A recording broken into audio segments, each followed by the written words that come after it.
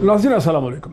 नाज़रीन, गुज़िश्ता रोज़ जब हमने प्रोग्राम किया तो हमने आपको पाकिस्तान पीपल्स पार्टी के चेयरपर्सन चेयरमैन जनाब बिलावल ज़रदारी भुट्टो साहब का वो टुकड़ा सुनाया था जिसमें उन्होंने इल्ज़ाम लगाया कि वज़ीर आज़म इमरान ख़ान करप्ट हैं। पाकिस्तान तहरीक इंसाफ पाकिस्तान की 70 बरस की तारीख़ की सबसे करप्ट जमात जो है वो साबित हो रही है। आज इससे मिलता जुलता इल्ज़ाम जो है वो PMLN के सीनियर रहनुमा जनाब एहसन इकबाल साहब ने दोहराया। एहसन इकबाल साहब ने न सिर्फ ये इल्ज़ाम दोहराया करप्शन का, बल्कि उन्होंने कहा कि वो नैब में एक रेफरेंस दायर कर रहे हैं वज़ीर आज़म इमरान ख़ान के ख़िलाफ़। अब ये बात बड़ी अजीब है और इसको हम प्रोग्राम में डिस्कस करेंगे कि किस किस्म की पॉलिटिकल स्ट्रेटजी है। सबसे पहले मैं आपको एहसन इकबाल साहब का वो टुकड़ा सुनाता हूँ। इस वक्त इमरान अहमद नियाज़ी करप्शन की सबसे बड़ी छतरी बन चुका है, जिसके नीचे सब करप्शन के मगरमच्छ जमा हैं और उनको इम्यूनिटी हासिल है। और ये नैब के ज़रिए हमारे ख़िलाफ़ झूठे मुकदमे बनाने के लिए अफसरों को डरा रहे हैं, धमका रहे हैं। उन्हें बुला के कहा जाता है ये गिरफ्तारी का ऑर्डर है और इधर वादा माफ़ गवाह बनो। नाज़रीन, ऐसा लगता है कि गुज़िश्ता 48 घंटों में या 48 से 72 घंटों में पाकिस्तान की दोनों बड़ी जो मेन अपोजिशन जमातें हैं यानी पाकिस्तान पीपल्स पार्टी और PMLN, उनकी हिकमत अमली में हुकूमत के ख़िलाफ़, ज़ाहिर है कि अपोजिशन को हुकूमत के ख़िलाफ़ ही होती है, लेकिन उस हुकूमत अमली में एक हमें तब्दीली नज़र आती है। पहले बात होती थी हुकूमत की परफॉर्मेंस की, इनकॉम्पिटेंस की, बेवकूफ़ी की, नादानी की, ब्लंडर्स की, लेकिन अब बात हो रही है हुकूमत की करप्शन की।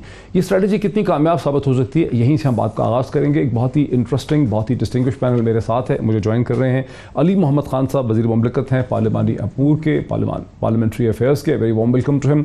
उनके साथ ही मुझे ज्वाइन कर रहे हैं कमर ज़मान कायरा साहब, जो कि सीनियर रहनुमा है पाकिस्तान पीपल्स पार्टी के, 2 दफ़ा पाकिस्तान के इंफॉर्मेशन मिनिस्टर रह चुके हैं। वेरी वार्म वेलकम टू कमर ज़मान कायरा साहब एज वेल। और PMLN के सीनियर रहनुमा जनाब सेनेटर जावेद अब्बासी साहब जो हैं वो मुझे वाया वीडियो लिंक ज्वाइन कर रहे हैं। Very warm welcome to him as well. Qamar Zaman Kaira साहब, कल ये चीज़ कही बिलावल भुट्टो साहब ने, आज इसे ये कह दी है चीज़ जनाब एहसन इकबाल साहब ने। ये कोई बाहमी हिकमत अमली है PPP PMLN की कि अब ये नया एक इशू खड़ा करना है, इस तरह से हुकूमत के ख़िलाफ़ आगे चलना है?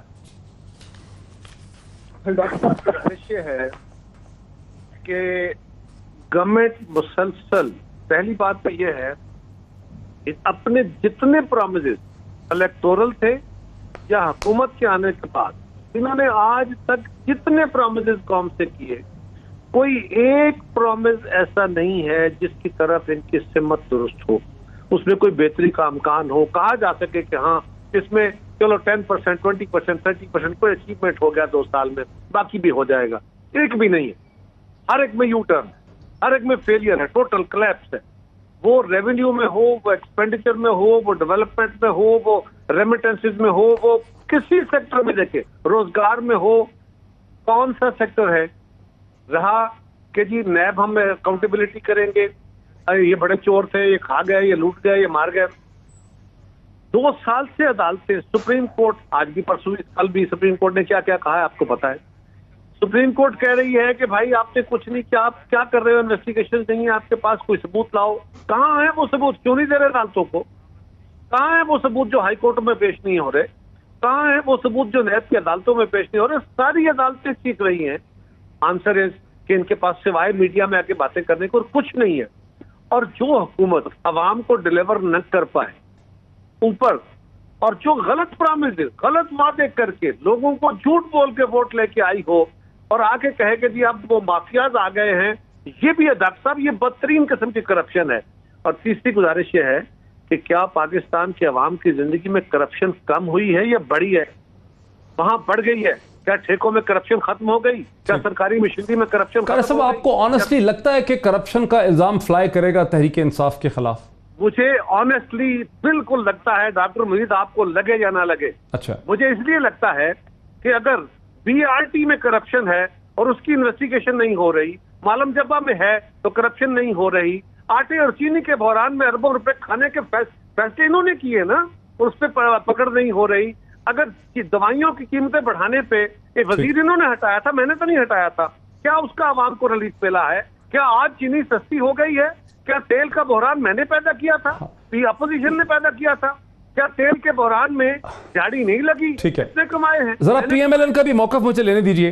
कारी साहब, जरा पीएमएलएन का भी मुझे मौकफ लेने दीजिए। सनत जावेद अब्बासी साहब, कहीं ऐसा तो नहीं है कि आपकी दोनों की जमातें इस नतीजे पे पहुंची हैं कि परफॉर्मेंस की जो क्रिटिसिज्म है हुकूमत के खिलाफ इकोनॉमिक मिसमैनेजमेंट की, वो कहीं जा नहीं रही है? और अब आप ये समझते हैं कि जिस तरह इमरान खान ने 4-5 बरस करप्शन का स्टैंड लिया था पीएमएलएन के खिलाफ, जरदारी के खिलाफ, पीपल्स पार्टी के खिलाफ, जरदारी साहब के खिलाफ, इसी तरह से अब आप समझते हैं कि असल में जो सौदा बिकता है वो करप्शन का सौदा बिकता है, इसलिए अब आप लोगों ने ये कहना शुरू कर दिया? जैसे एहसन इकबाल साहब कह रहे हैं, रेफरेंस लेके जाऊंगा, बस कुछ ऐसा तो नहीं है?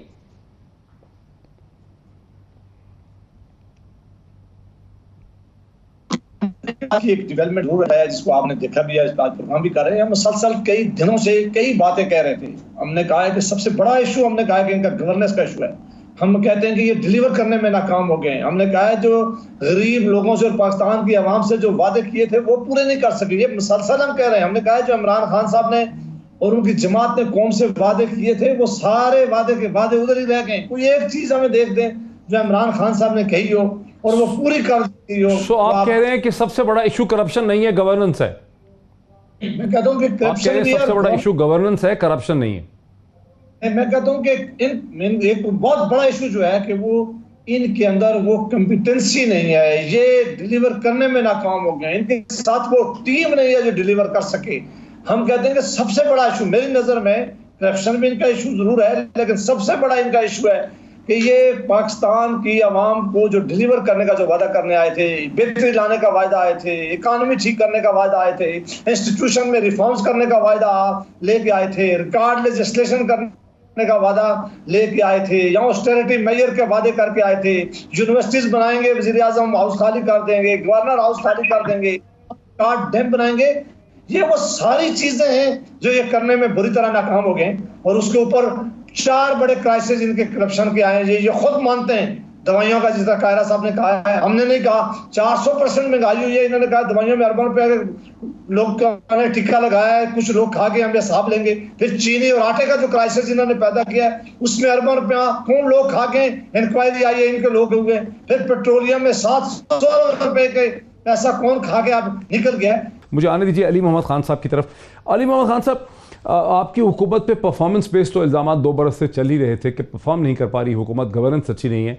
ये जो नए इल्ज़ाम आने लग गए हैं गुज़िश्ता 48 या 72 घंटे में, कल बिलावल भुट्टो साहब का कहना, आज एहसन इकबाल साहब का बाकायदा डिसाइसिव अल्फाज में कहना, प्राइम मिनिस्टर के ऊपर इल्ज़ाम देना कि वो करप्ट हैं, ये कैसे आपको लग रहा है कि मतलब आपकी हुकूमत की मुश्किलात में मज़ीद इजाफा हो रहा है?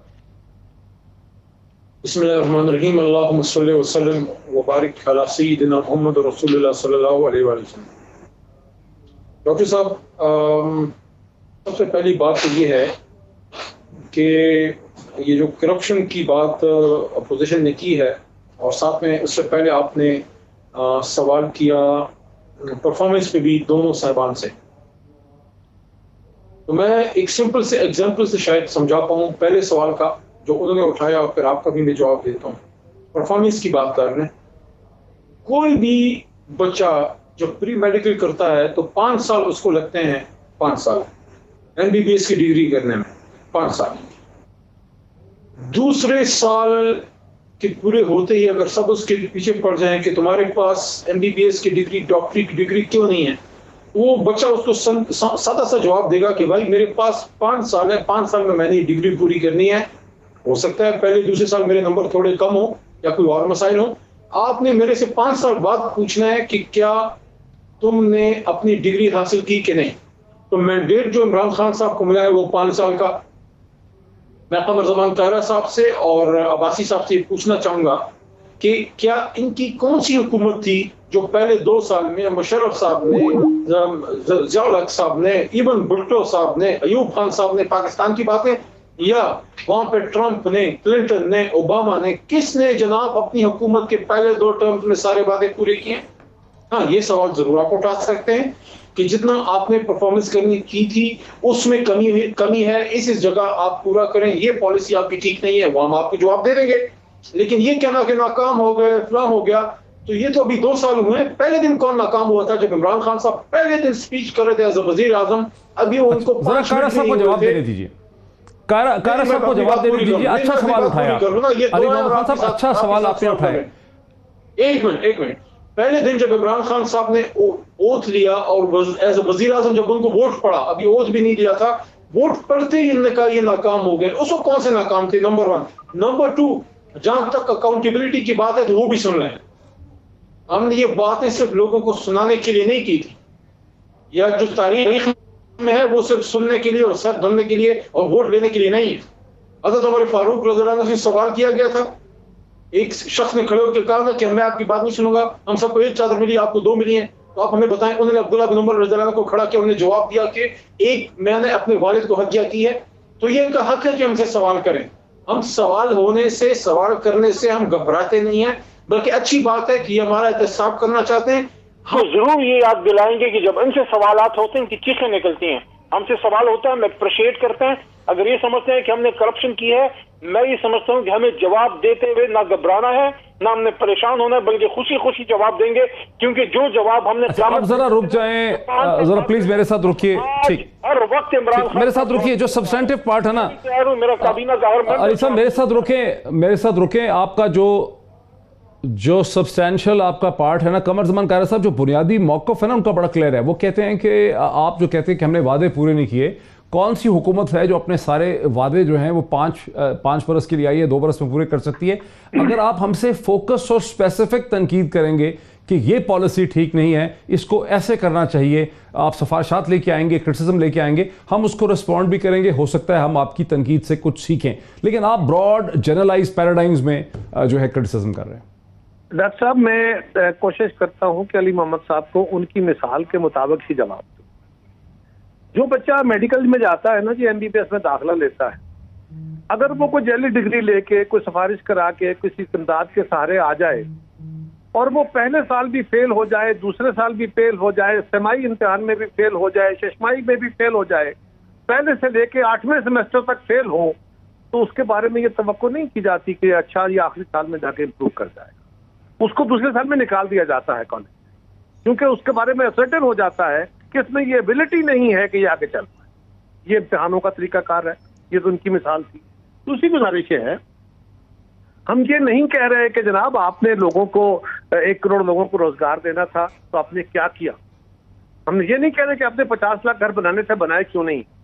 हम ये पूछ रहे हैं कि आप 200 अरब डॉलर बाहर से पड़े हुए थे, वो लाने का वादा करके आए थे, 2 सालों में कोई $1 लाए हैं? जस्ट $1। आपने कहा था कि हर महीने पाकिस्तान से 10 अरब डॉलर मनी लॉन्ड्रिंग होती है। $1 की मनी लॉन्ड्रिंग रोकी हो आपने कोई? तीसरा, आप कहते थे कि जनाब ये तो चोर है, ये तो फ्रॉड है, ये तो खराब है, ये तो फला है, लिहाजा इनको लोग टैक्स नहीं देते। हम आएंगे तो मुल्क में लहरें बहरें हो जाएंगी, हम आएंगे तो पाकिस्तान में लोग लाइनों में टैक्स लाके टैक्स देंगे। ये 6000 अरब की बातें करते हैं, हम 8000 अरब टैक्स लेंगे। 17% इंक्रीज हुआ है। अली इमरान साहब क्या कहा टैक्स कलेक्शन इंक्रीज हुई है, मनी लॉन्ड्रिंग को रोका गया है, और बाहर से जो पैसा आप कह रहे हैं वो बाहर से पैसा आया है, वो रिकवरी की अगर आप बात कर रहे हैं तो कोई $1 मैंने कहा, अभी आप शहजाद अकबर को भी अभी आपको फिगर दे देंगे। अली मोहम्मद देखे ना, ये मुनासिब नहीं है, इस तरह नहीं होगा। आप 200 अरब डॉलर में से जो आपने बड़ा बैनर प्रोग्राम था आपका, $1 बताएं मुझे आप लेके आए, जस्ट $1। मैं 1 अरब की बात नहीं कर रहा, $1 पूछ रहा हूं जी। अच्छा, मुझे एक ब्रेक लेने दीजिए। वो परफॉर्मेंस पे आगे बात करप्शन से शुरू हुई थी, लेकिन करप्शन पे कोई बात आगे चल नहीं पा रही है। मैं ब्रेक ले लूँ, ब्रेक के बाद एक बहुत ही चुभते हुए सवाल के साथ मुझे वापस आना है हुकूमत की तरफ आफ्टर द ब्रेक। नाज़रीन वेलकम बैक। मैं सीधा चलना चाहता हूँ सेनेटर जावेद अब्बासी साहब की तरफ। सेनेटर अब्बासी साहब, एक तासुर ये भी है कि आप लोग आज करप्शन के स्टैंड पे तो हुकूमत के खिलाफ इकट्ठे हो गए। कल बिलावल भुट्टो ने स्टैंड ले लिया करप्शन के हवाले से, इल्ज़ाम लगाए प्राइम मिनिस्टर पे, आज एहसन इकबाल साहब ने लगा दिए। लेकिन ऑल पार्टी कॉन्फ्रेंस जिसमें बिलावल भुट्टो बहुत इंटरेस्टेड हैं, उस पर कोई पेशरफ्त नहीं हो पा रही, और पेशरफ्त ना होने की वजह यह है कि आपके पार्टी के जो लीडर ऑफ द अपोजिशन भी हैं, रहनुमा शहबाज शरीफ साहब, एक्स चीफ मिनिस्टर शहबाज शरीफ साहब बड़े ठंडे हैं, वो कोई पोजीशन ले नहीं पा रहे। पीपल्स पार्टी में बिलावल भुट्टो के रुफ़्क़ा कार में बड़ी फ्रस्ट्रेशन पाई जाती है इस हवाले से। नहीं मेरा पिज़्ज़ा साहब, मेरा नहीं ख्याल में कोई फ्रस्ट्रेशन पास जाती है। हम इकट्ठे काम कर रहे हैं, रोज हम पार्लियामेंट में मिलते हैं, सेशन चल रहे हैं, हमारी मीटिंग्स हो रही हैं और बिल्कुल उसमें एपीसी के लिए भी तैयारी हो रही है। और पेशरफ्त तो नहीं हो रही ना सर एपीसी पे? नहीं होगी इंशाल्लाह। देखिए मकसद क्या, हम सबका मकसद ये है कि हम इस हुकूमत को समझाते रहें, इनसे रिक्वेस्ट करते रहें, इनको बार बार बताते रहें कि पाकिस्तान के हालात ठीक करें, पाकिस्तान के लोग जो उस तकलीफ से निकालें, जो पाकिस्तान के अंदर बहुत ज्यादा महंगाई फैल रही है उसमें कमी लाएं, पाकिस्तान के अंदर इन्वेस्टमेंट लाएं, कोई बिजनेस चल सके पाकिस्तान के अंदर। मेहरबानी करके जो आपने लोगों से वादे किए थे, अगर नौकरी दे नहीं सकते तो बाकी नौकरी लोगों को नहीं निकाल सकें। पीरजादा साहब, इस वक्त पाकिस्तान के तूलवार्स में आप चले जाएं, तूफान है महंगाई का, बेरोजगारी में हर घर में उसने डेरा डाला हुआ है, कोई मंजिल नजर ना आ रही है। अली मोहम्मद खान साहब ने ये बिल्कुल ठीक कही, हम ये बात मान भी लें कि 2 साल में हमें इतना तो पता चले कि किसी मंजिल की तरफ क्या ये रास्ता, जिस रास्ते पे चल रहे हैं वो मंजिल है, वही पहुंच भी सकते हैं, कोई डायरेक्शन ठीक है, किसी एक तरफ इंस्टीट्यूशन को ठीक करने की कोई डायरेक्शन ठीक है, कोई पार्लियामेंट में लेजिस्लेशन लाने वाली डायरेक्शन की ठीक है, कोई इकॉनमी को बेहतर करने वाली कोई डायरेक्शन इनकी नजर आ रही हो, कोई गवर्नेंस का मसाइल नजर आ रहा हो। अब्बासी साहब, लेकिन अली मोहम्मद खान साहब का एक इस्तदलाल ये भी था कि आप लोग ब्रॉडली कह देते हैं कि ये ठीक नहीं है, वो ठीक नहीं है, ये भी ख़राब है, वो भी ख़राब है, लेकिन मगरबी तर्ज़ हुकूमत में जो अपोजिशन है वो कंस्ट्रक्टिव क्रिटिसिज्म लेके आती है कि ये चीज़ ठीक नहीं है, उसको ठीक करने का ये तरीका है। आपके पास कोई काउंटर प्रपोजल्स नहीं है, आप लोग सिर्फ तनकीद करते हैं टीवी प्रोग्राम। अभी आप 1 मिनट दें तो मैं बता देता हूँ, अभी बताता हूँ। सबसे कोई एक स्पेसिफिक इशू दे दें, आप कहें कि इसमें ये करना चाहिए था, नहीं किया। सबसे बड़ा इशू है इनका गवर्नेंस का, सूबों का भी और मरकज का भी। Right man for right job इन्होंने अभी तक नहीं लगाया हुआ, जिनको पता हो कि हमने इस सूबों को किस तरह लेके जाना है और मरकज की वजारतों को किस तरह चलाना है। इन्होंने IMF की टीम बिठाई हुई है जो इस मुल्क को नहीं निकाल सकती क्राइसिस से, इकॉनमी बेहतर नहीं कर सकती जब तक ये इलेक्टेड लोगों को पावर न देंगे। ये जो एडवाइजर इन्होंने बिठाए हुए हैं, ये इस मुल्क का बेड़ा तो गर्क कर सकते हैं, इसको आगे नहीं ले जा सकते। सबसे बड़े इनके ये इशू हैं जो इन्होंने कौम से लोगों से वादे किए थे, ये इन पे पूछेंगे, इन्होंने कोई एक डायरेक्शन आप बता देंगे इन्होंने ठीक किया है तो मैं मान लूं। मैं कितनी बार प्राइम मिनिस्टर पाकिस्तान ने खुद कहा कि मैं रिकॉर्ड लेजिस्लेशन लेके आऊंगा, मैं पार्लियामेंट में आऊंगा, मैं वेस्ट मिनिस्टर की तरह आके सवालों का जवाब दूंगा। पीरजादा साहब 2 साल गुजरने के बाद प्राइम मिनिस्टर ऑफ पाकिस्तान एक दफा पहले दिन जब उन्होंने लिख लिया, दूसरे दिन सेनेट ऑफ पाकिस्तान में तशरीफ लाए, अभी तक वो सेनेट ऑफ पाकिस्तान में नहीं आए, ना वो नेशनल असेंबली में आते हैं, ना वो अपोजिशन की बातें सुनते हैं। ये वो डिस्कशन थी जो अपोजिशन की सुनते, खुद जवाब देते, उनके मिनिस्टर जवाब देते। पार्लियामान का काम है कि हुकूमत एग्जीक्यूटिव के ऊपर वो चेक रखे, एग्जीक्यूटिव की अकाउंटेबिलिटी करे, उनको अली मोहम्मद खान साहब गवर्नेंस ठीक नहीं है, ठीक बुनियादी आर्गुमेंट है कि पीटीआई की गवर्नेंस ठीक नहीं है। अली मोहम्मद खान साहब, कल हमारे प्रोग्राम में मुबशर लुकमान साहब थे, प्रोमिनेंट टेलीविजन एंकर पर्सन, जिनको आप उन पर ये इल्ज़ाम नहीं लगा सकते कि वो इमरान खान या पाकिस्तान तहरीक इंसाफ के मुखालिफ हैं, लेकिन उन्होंने ये बात की कि तारीख़ की जो बड़ी बड़ी गलतियाँ होती हैं उसमें worst of the bad decisions में उस्मान बुज़दार, क्योंकि अभी अब्बासी साहब ने कहा ना कि आपने right man for right person ही लगाया, तो मुझे याद आया कि मुबशर लुकमान साहब ने ये कहा कि उस्मान बुज़दार को पंजाब का चीफ मिनिस्टर लगाना इमरान खान का वो डिसीजन है जो पीटीआई के गोडे गिड्डों में बैठ के है। मतलब लिटरली यही कि पीटीआई जो है वो वहाँ पर ये कैसा बैड डिसीजन है गवर्नेंस के हवाले से जिससे कि पीटीआई रिकवर नहीं कर पा रही। फिर उन्होंने एक और चीज़ कही जिससे दूसरे पार्टिसिपेंट्स ने भी एग्री किया, और उन्होंने ये कहा कि अभी अगर स्नैप इलेक्शन हो जाए तो PMLN स्वीप कर जाएगी, तहरीक इंसाफ को पंजाब से वोट नहीं मिलेंगे, वो मामला बड़े ख़राब हो चुके हैं आपकी बैड गवर्नेंस की वजह से। अब ये इसका कोई जवाब दे दें, इस पर आपका क्या इस्तदलाल है? क्या ये सूरत हाल से आप लोग वाकिफ़ हैं कि पंजाब में आपकी सियासी सूरत हाल कमज़ोर हो चुकी है, आप लोग वहाँ पर गैर मकबूल हैं, अगर स्नैप इलेक्शन हो जाए तो वहां पे आपको कामयाबी हासिल नहीं होगी? देखिए, ये तो मफरूजे पे बात है, उनकी राय है, उनकी राय से मैं एग्री नहीं करता।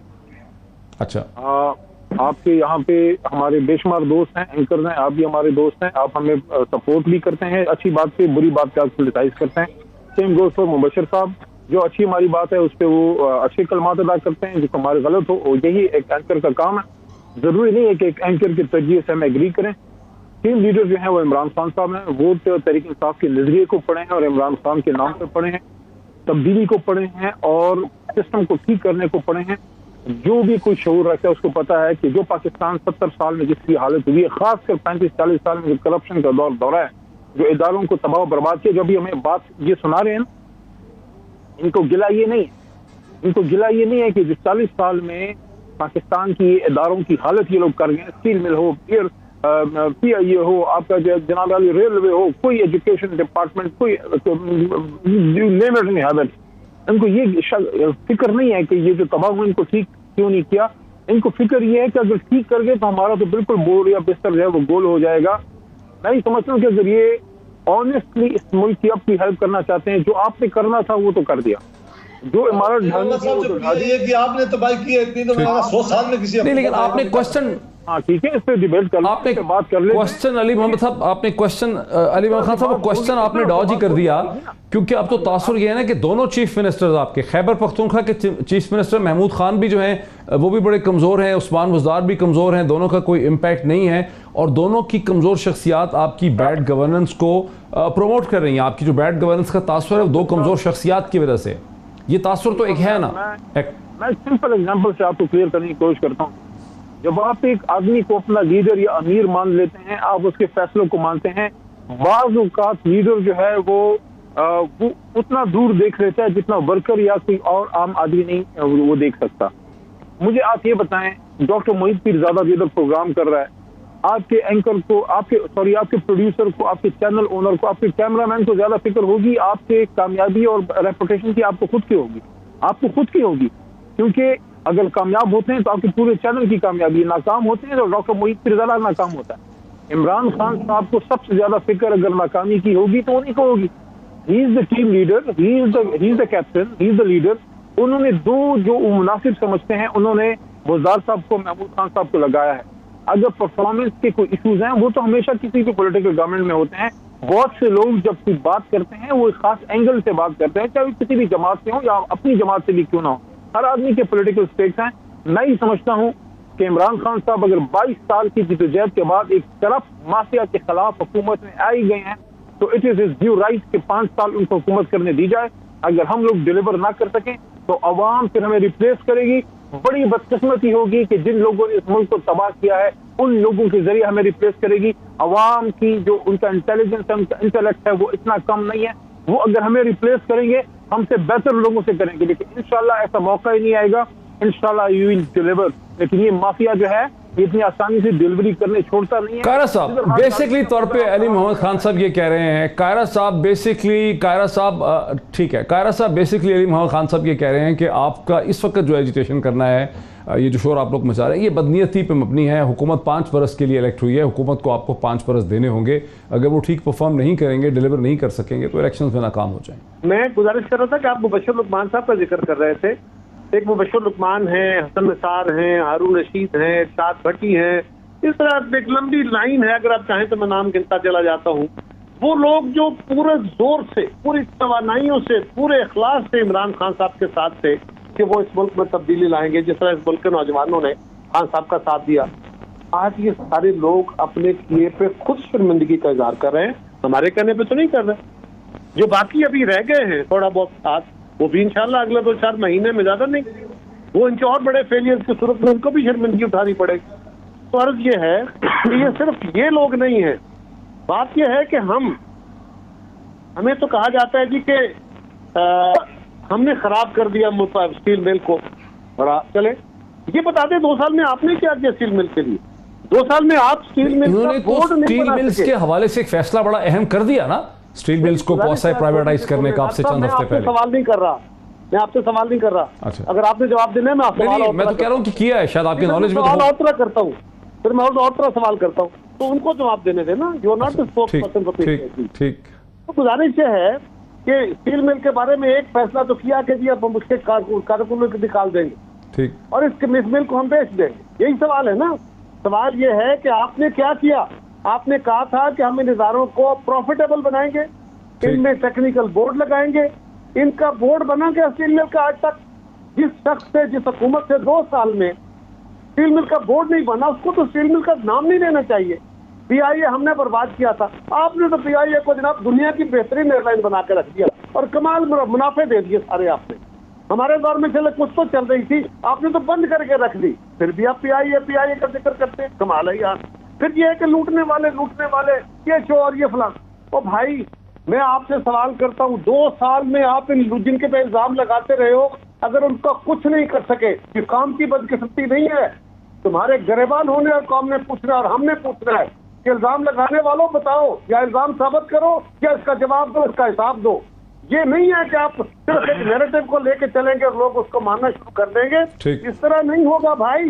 ये सिर्फ अपोजिशन नहीं कह रही, पीपल्स पार्टी, JUI और मुस्लिम लीग नहीं कह रही, आज पाकिस्तान का मीडिया कह रहा है, पाकिस्तान के लोग कह रहे हैं, अली मोहम्मद खान साहब, बिजनेसमैन कह रहे हैं। अली मोहम्मद खान साहब, कायरा साहब ये कह रहे हैं कि कोई भी चीज जो आपने वादा किया था, जहां पर भी आपने कहा था कि कोई एक प्रॉमिस पूरा करके दिखा दे, किसी भी जगह पे एक मुस्बत प्रोग्रेस जो है वो नहीं कर पाए स्टील मिल के लिए, कोई एक वो कह रहे हैं बता दें जहां आप प्रोग्रेस कर सके हो। डॉक्टर साहब देखें, पता है इनका मसला क्या है? मसला ये है, हम जब बात करते हैं तो अमूमी इनकी बात करते हैं, कोई मैं स्पेसिफिकली वो भी नहीं कह रहा कि कारा साहब को कह रहा हूँ या मैं अब्बासी साहब को कह रहा हूँ, ये तो पॉलिटिकल वर्कर है, लेकिन मैं इनकी अमूमी जमात का रुझान की बात कर रहा हूँ। एक जमात है वो पावर में आती है, पावर में आके उनके अक्सरियत इंक्लूडिंग देयर लीडरशिप, जिन पे सवेर इल्जाम है, सिर्फ करप्शन के नहीं, किलिंग पीपल, वो JITs में है। मैं नहीं कह रहा, JITs कह रही है, गलत भी हो सकते हैं, सही भी हो सकते हैं। इनका मसला ये है कि पावर में आने के बाद 30-35 साल जो है एक मोनोपोली रखी सियासत में, थर्ड पावर को इमर्ज नहीं होने दिया, असासे बनाए, माल बनाया, इदारे तबाह हुए, लोग बढ़ते हुए विदाउट मेरिट अपने वर्करों को, रिश्तेदारों को नवाजा गया और एक आलम बर्पा हुआ जो है एक अकरबा परवरी का।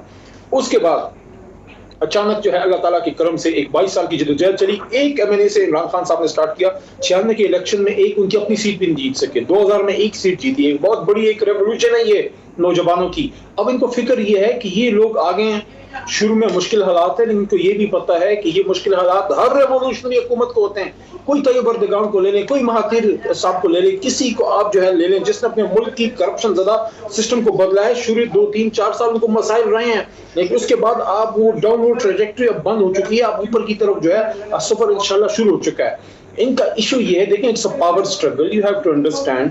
अवाम जो है वो डिसाइड करेगी कि 5 साल बाद किसको फिर इक़्तिदार का जो है उन्होंने ये ताज सर पे रखना है, ये जिम्मेदारी रखनी है। इनका तो प्रॉब्लम ये है कि इनके हाथ से तो पावर गई है, जिसके हाथ से पावर गई है, पावर में रहते हुए मुझे बताएं, हमसे तो ये सवाल कर रहे हैं ना कि जो स्टील मिल हमने तबाह की, जो PI हमारे दौर में तबाह हुई, जो इदारे तबाह हुए, 2 साल में क्यों अभी तक आप ठीक नहीं कर सके? Somebody has to ask them the question that who have given you this right after destroying all these things? 40 साल सियासत करने के बाद जब इस हालत तक पहुंचाया है, आपके पास ये इदारों के मुतालिक सवाल करने का हक भी बाकी रह गया? तबाह करने के बाद हमसे सवाल पूछते हैं। हाँ, पिन पॉइंट एक्यूरेसी से बात करें कि इस पॉलिसी में ये मसला है। फॉर एग्जांपल PIA की बात कमर जमान कारा भाई ने की है। कारा साहब की बात का जवाब ये है कि मेरिट के खिलाफ लोग बढ़ते हुए, बिल्कुल हुए, इरेगुलरिटीज हुई, बिल्कुल हुई। क्या वो इंडिविजुअल था, स्पोरेडिक था या इंस्टीट्यूशनल था? इंस्टीट्यूशनल था। सिविल एविएशन के भी इसमें लोग इन्वॉल्व थे। लोग जो है 15 जो उनके पेपर्स होते हैं, 15 के 15 की डीलें होती थी। इस पे जरूर ये क्वेश्चन कर सकते हैं कि इसको डील कैसे करते, क्या इसको इस तरह ओपनली बात करते, या इस पे जरूर बात करें। इनसे तो ये पूछें, हमसे तो ये सवाल है कि आपने इसको प्रॉपर डील नहीं किया, ये सवाल हम पे उठ सकता है। इनसे ये तो पूछें कि इस हालत तक पहुंचाया किसने? डॉक्टर साहब, अब्बासी साहब से माजरत के साथ 1 मिनट मुझे दीजिएगा जी प्लीज। डॉक्टर साहब, गुजारिश ये है, JIT का जिक्र किया अली मोहम्मद खान साहब ने, एक बल्दिया टाउन के JIT है, ये जो पहले वाली JIT जिसका जिक्र चल रहा है, वो तो अदालतों में केस चल रहा है, अदालतों में ले जाए। जिस JIT ने बल्दिया टाउन का जिक्र किया है और उसमें जिस जमात का जिक्र है वो आपकी इत्तेहादी है, और उसमें 300 लोग मरे हैं, और उसमें पाकिस्तान का सबसे बड़ा जुर्म हुआ है, और उसके बहुत सारे और लोग थे, वो किधर हैं? उनका भी तो कभी जिक्र कर दिया करें। और आप 5 साल का जिक्र कर रहे हैं। आपकी नाकामी पे तो वजीर आजम खुद अपनी काबीना को 6 महीने का अल्टीमेटम दे रहे हैं। आप 5 साल का जिक्र कर रहे हैं, आपकी नाकामी और आपके फेलियर का तो ऐलान वजीर आजम कर रहे हैं। 1 मिनट मुझे देना है इस पे। मैं गुजारिश कर रहा हूँ, नाकामी का ऐलान वजीर आजम कर रहे हैं जी। देखिए डॉक्टर साहब, मुझे 1 मिनट नहीं, उनकी आवाज ठीक नहीं आ रही, मैं खुद भी उसमें ये वो दोबारा 1 मिनट मान रहे हैं, उनकी आवाज ठीक नहीं आ रही है। मैं ये अर्ज कर रहा हूँ कि आप स्पेसिफिक रह के सवाल करें, मैं स्पेसिफिक जवाब आपको देता हूँ कि आपने बल्दिया टाउन का सवाल किया है अपनी काबीना को। डॉक्टर साहब, मैं इस पे ये बल्दिया टाउन पे कायरा साहब ने सवाल उठाया है, उस पे मैं ये कहना चाहता हूँ कि उन्होंने ये कहा है कि आप जो है JLT की बात कर रहे हैं, ये उसकी जो है बलोच जो है उज़ैर बलोच की बात करते हैं, मोराई की, तो आप उसकी क्यों नहीं करते? We are 100% for that JLT जो 250 मजदूर शहीद हुए। तीसरी गवर्नमेंट आपकी आफ्टर 18 अमेंडमेंट ये सूबाई मामला है, अगर हम कर सकते होते हमने खुद इसको कर लेना था। सुप्रीम कोर्ट ऑफ पाकिस्तान से हमारा federal minister Ali Zaidi request इसलिए कर रहा है कि मामला है, मामला है, हम उसमें नहीं जा सकते। ये जो JLT है बल्दिया टाउन की, ये सिंध के वजीर आला ने लॉ एंड ऑर्डर उनके पास है, उन्होंने इसको मूव करना है। We are fully supportive.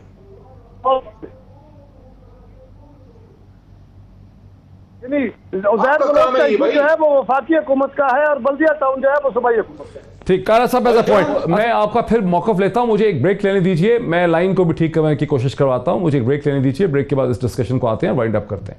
नाज़रीन वेलकम बैक। अली मोहम्मद खान साहब, अगर आप मुझे ठीक सुन पा रहे हैं तो कायरा साहब के इस आर्गूमेंट में तो खासी जान है कि उज़ैर का इशू भी, अली मोहम्मद खान साहब, वो भी फेडरल नहीं बनता, वो भी सूबाई बनता है। वो ये कहना चाहते हैं कि तहरीक इंसाफ के लीडरों ने उज़ैर बलोच के इशू को तो बहुत उठाया, लेकिन बल्दिया टाउन को नहीं उठाया, चूंकि वहां पे MQM की बदनामी होती थी। आपने पॉलिटिक्स खेली उज़ैर बलोच और बल्दिया टाउन पे। देखिए, मैं सबसे पहली बात तो ये है, अगर आप मेरी आवाज आपको सही आ रही है तो मैं बात करूं कि जो अब तो आ रही है टाउन है जी, जो बल्दिया टाउन है, वहां इस मुल्क के सबसे बड़े जुल्मों में से एक बड़ा जुल्म हुआ है। 260 मजदूरों को जिंदा जलाया गया। ये इस इंतजार में है कि इमरान खान की हुकूमत आएगी या आज हमारी हुकूमत है, हमारा कोई बंदा बात करेगा, सुप्रीम कोर्ट को रिक्वेस्ट करेगा कि इसका सुओ मोटो नोटिस लें। आप किस मर्ज की दवा? 18वीं तरमीम के नीचे उसके तहत जिसका आप बड़ा जो है वो ढंडोरा पीटते हैं, law and order is a provincial subject, what are you waiting for? वो 260 मजदूरों की किसका इंतजार है आपको? JLT उसकी रेडी है, जिसकी इन्वेस्टिगेशन हो चुकी है। Why are you not proceeding with that? क्या आप हमारे इंतजार में हैं? ये जो अली जैदी साहब ने उज़ैर बलोच की JLT पे सुप्रीम कोर्ट ऑफ पाकिस्तान से उन्होंने अपील किया, क्योंकि हम डायरेक्टली तो इंटरफेयर नहीं कर सकते, उन्होंने कहा कि सू मोटो नोटिस लें। मैं यहाँ से रिक्वेस्ट करता हूँ, अपील करता हूँ कि 12 साल बाद आपकी हुकूमत, जब 12 साल हो गए हैं, सिंध के वजीर आला को रिक्वेस्ट करता हूँ कि जो JLT हुई है, जो बल्दिया टाउन में जो कातिल है, जो भी है, जिस भी जमात से है, उसको पकड़ें, उस पर प्रोसिक्यूशन तो आपने करानी है। आपके पास प्रोसिक्यूशन के सारे इख्तियारात सूबाई हुकूमत के पास हैं, आपने उसको उठा के जो है अदालतों में लेके जाना है, आपने उसको परसू करना है। If you need some help from the centre, do tell us, इंशाल्लाह इमरान खान विल सपोर्ट। कोई कातिलों के खिलाफ हम उस जमाने में खड़े थे जब इस वक्त पाकिस्तान में कोई बात नहीं कर सकता था उसके खिलाफ। हाँ, जब अल्ताफ की उस गोली वाली सियासत से। अच्छा चले, कायरा साहब का तो जवाब आ गया, मैं ले नहीं पा रहा। जावेद अब्बासी साहब जरा ठहरिए, दूर हुए।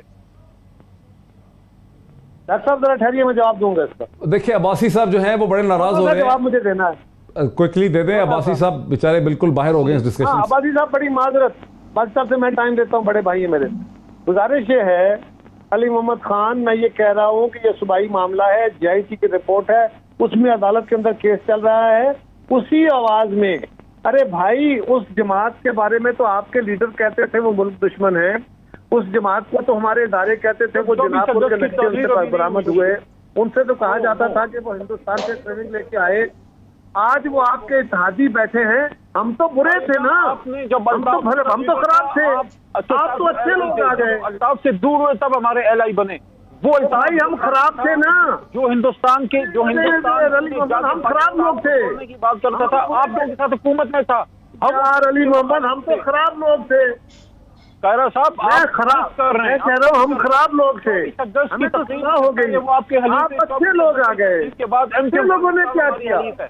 MQM लंदन अल्ताफ से हमारा कोई ताल्लुक है? बस हमने अल्ताफ के खिलाफ इमरान खान। भाई मैं पूछता हूँ, अल्ताफ को आपने अपनी हुकूमत पूछता हूँ कि हम तो बुरे लोग थे। बोरी बंद लाशें कौन बना रहा था? कौन? चलो, इस पे बड़ी बहस हो गई, इस पॉइंट पे बड़ी बहस हो गई है, और अब्बासी साहब के हकूक की तलफी भी होगी इस पे। सर, इस पे बड़ी बहस हो गई है, दोनों हज़रात से मेरी रिक्वेस्ट है, इस पे बड़ी बहस हो गई है, आवाम ने सुन ली, हमारे सारे। देखिए नाजरीन, व्यूअर्स ने सब सुन सुन लिया आपका पॉइंट ऑफ व्यू।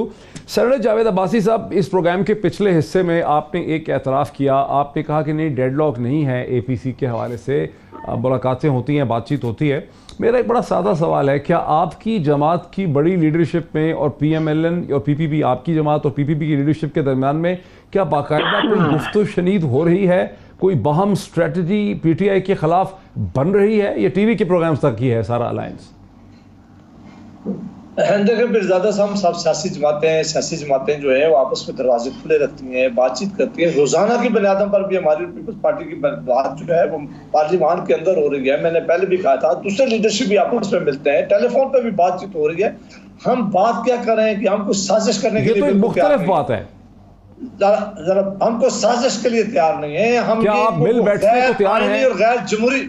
क्या शहबाज शरीफ साहब बिलावल भुट्टो, आप जवाब तो सुन लेना, क्या शहबाज शरीफ साहब बिलावल भुट्टो से आप अगर जवाब नहीं सुनेंगे तो फिर किस तरह आपके सवाल का जवाब दिया जाए? आप तरीका बताएं, या तो मेहरबानी करें आप जवाब सुने कि आपको समझ आ जाए, या आप जो लोग सुन रहे हैं उनको समझ आ जाए जो आपने सवाल किए, तब तो देखिए ये हर रोज की बुनियादों पर भी हमारी आपस में बातचीत होती है। बातचीत इसलिए नहीं हम करते कि वो साजिश कर रहे हैं। लोगों का ख्याल है कि हमको गैर जमहूरी तरीका फौरन क्यों नहीं करते, हम इमरान खान को हटाने के लिए कोई जिस तरह PTI ने धरना दिया तो उस तरह धरना क्यों नहीं दे रहे। हमसे ये तवक्को भी न किया जाए कि हम TV स्टेशन पर हमला करेंगे जिस तरह PTI ने किया था। हम ये तवक्को भी हमसे न करें कि हम यहाँ लोगों का एक जत्था लेके आएंगे और वज़ीर आज़म का इस्तीफा मांगेंगे। हम जमहूरी लोग हैं, हम जमहूरियत पर बिलीव करते हैं, हम जमहूरी तरीके से और जमहूरी अवाना में भी बात करते हैं, बाहर भी बात करते हैं। बात क्या करते हैं कि हम कहते हैं कि आपने पाकिस्तान की अवाम को बहुत ज्यादा मुश्किलात में डाल दिया है, पाकिस्तान की इकानमी आपने तबाह कर लिया है, इंस्टीट्यूशन को आपने तबाही के दहाने पर खड़ा कर दिया है, आपने पाकिस्तान को बंद गली में ले गए हैं जहां कल अल्लाह ना करे हम सारे मिलकर भी ना निकाल सकें। हमारी एयरलाइन का आपने दुनिया में तमाशा बना दिया है, उस एयरलाइन का जिसको आप ठीक करने आए थे। ये वो बड़े इश्यू हैं जिन पे हमारी बात होती है, पार्लियामान के अंदर भी होती है, पार्लियामान के बाहर भी होती है। लेकिन अगर किसी की ये ख्वाहिश है कि हम कुछ साजिश करने के लिए बैठे हुए हैं, ना हम साजिशों पे यकीन रखते हैं, ना किसी मेरा सवाल मुख्तलिफ कैसे हुकूमत को हटाने की कोशिश करेंगे। लेकिन इनसे रिक्वेस्ट है, अली मोहम्मद खान साहब बैठे हुए हैं, इन्होंने पिछले अच्छी बात की है, ये मेहरबानी करके पार्लियामान के अंदर हमारी बात सुने, ये मुल्क को ठीक तरफ लेके जाएं, ये डायरेक्शनलेस हो गई है सारी चीजें, ये राइट मैन राइट जॉब के लिए लोग नहीं इन्होंने बिठाए हुए। अगर ये मामला है तो पाकिस्तान का हर रोज की बिरादरी। मेरा सवाल, अच्छा डॉक्टर पीरजादा, एक बात से मैं साहब मेरा सवाल मुख्तलिफ था, मैं वही सवाल आपसे दोहरा देता हूँ। देखिए ये तो जनरलाइज जवाब दिया ना अब्बासी साहब ने, एग्री कर रहा है कि बंद गली में बिल्कुल लेके गए, बंद गली में लेके गए, लेकिन अवाम को नहीं, अपोजिशन को। अवाम को नहीं, पाकिस्तान की सारी अवाम बंद गली में। कारा साहब, अली मोहम्मद खान साहब, आप लोगों से जाकर पूछें, लोगों से इंटरव्यू करें, लोग आपको बताएंगे कि इस वक्त पाकिस्तान के माशी हालात कितने, इस वक्त जितनी बदतरीन महंगाई है, गुर्बत है पाकिस्तान के अंदर, कहीं हमने पहले नहीं देखी थी। और आप तो हमें पेरिस में छोड़ के गए थे ना, इससे बहुत बेहतर हालात थे, इससे बहुत बेहतर हालात थे, बहुत बेहतर। ऐसी महंगाई नहीं थी, ऐसी गुर्बत नहीं थी, ऐसी करप्शन नहीं थी। सर अली मोहम्मद खान साहब जरा रोके। कायरा साहब, इसमें कोई शक नहीं है कि आपकी और PMLN के लीडरान की टेलीविजन प्रोग्राम्स में मुलाकात हो जाती है, नेशनल असेंबली में मुलाकात हो जाती है, समाजी तरीके से भी मुलाकात हो जाती है। मेरा सवाल ये था कि क्या आपकी जो मेन डिसीजन मेकिंग लीडरशिप है, जैसे बिलावल भुट्टो हैं, दूसरी तरफ से शहबाज शरीफ साहब हैं, क्या उनके दरमियान कोई मुलाकात क्यों नहीं हो पाती है? वहाँ पर क्या डेडलॉक है?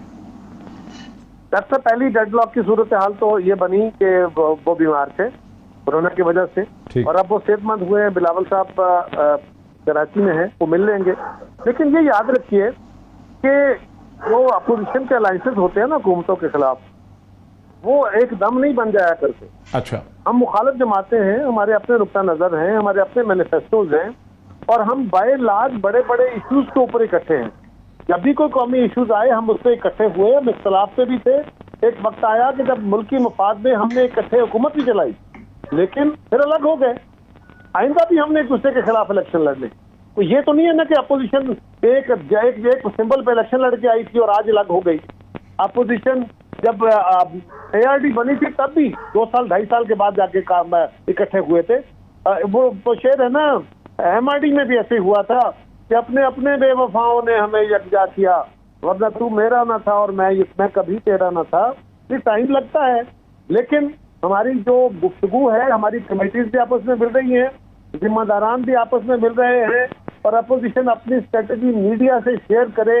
ये मीडिया की ख्वाहिश तो जरूर है, लेकिन आप बताइए, आपके साथ शेयर करने के बाद कोई स्ट्रेटजी रह जाती है? ट्रस्ट नहीं करते आप मीडिया पे? अच्छा अली, ठीक है, अली मैं शक नहीं करता, मैं तो आपसे सीधा पूछ रहा हूँ। पानी है, ये आग और पानी है। अच्छा अली मोहम्मद खान साहब, तो उसमें सिर्फ आखिरी सवाल सकते हैं भाई। अली मोहम्मद खान साहब, $1 मिलियन। अली मोहम्मद खान साहब, अच्छा एक तरफ वो इनका नजर नहीं मिलता, एक तरफ आप कहते हैं कि ये मुखमुखा करके मिले हुए हैं। अच्छा अली मोहम्मद खान साहब, अली मोहम्मद खान साहब सवाल तो पूछ। एक छोटा सा सवाल। एक तरफ आप कहते हैं कि ये आपस में करप्शन की वजह से मुखमुखा करके मिल गए, दूसरी तरफ कहते हैं ये मिल नहीं सकते। मैं क्या बात मानूं आप? जी अली मोहम्मद खान साहब, अब तक आपकी हुकूमत की एक बहुत बड़ी कामयाबी ये है, आखिरी सवाल अली मोहम्मद खान साहब, आपकी कामयाबी अब तक तो ये है कि ऑपोजिशन की दोनों बड़ी जमातें और उनके साथ छोटे धड़े आपस में इकट्ठे हो नहीं पाते, किसी एक नुक्ते पे अपने आप को सस्टेन नहीं कर सकते। लेकिन अगर ये इकट्ठे हो जाए, ये इनकी कामयाबी है या किसी और की? अली मोहम्मद खान साहब, अगर ये इकट्ठे हो गए तो फिर आपका कैसे सर्वाइवल होगा? देखिए, मैं आपकी हंसी ने जवाब दे दिया कि ये हुब्बे अली में नहीं, ये बुग़्ज़ इमरान खान में इकट्ठे हैं। आपस में ये आग और पानी है, हमेशा एक दूसरे से लड़े हैं, एक दूसरे पे फेक केसेस बनाए, एक दूसरे को अंदर किया है, इख्तिदार की जंग में रहे हैं। लेकिन अब इनको ये पता है कि ईमानदार थानेदार आ गया है। नाज़रीन, वक्त हमारा खत्म हुआ और आज के प्रोग्राम से हमारे ऑडियो प्रॉब्लम्स भी थे। हम कोशिश करेंगे कि कल आने वाले प्रोग्राम में हमारे इस किस्म के मसाइल जो हैं वो ना हो। फैसला आपका है इस तमाम डिस्कशन के हवाले से। कल फिर आपसे मुलाकात होती है। बहुत शुक्रिया।